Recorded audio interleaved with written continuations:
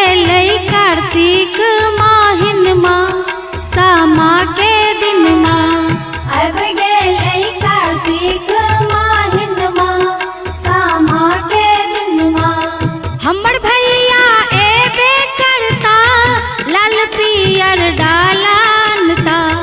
डाला सजेती सब बहिना सामा के दिनमा। अब गेलै कार्तिक माहिनमा सामा के दिनमा।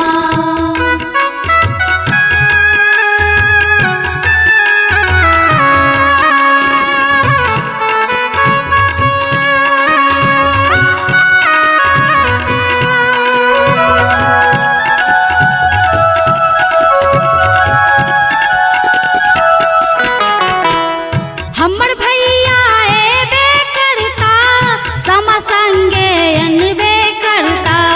हमर भैया एबे करता सामा संगे अनबे करता। सामा खेला जेबै सब बहिना सामा के दिनमा। सामा खेला जेबै सब बहिना सामा के दिनमा। अब गेलै कार्तिक माहिनमा सामा के दिनमा।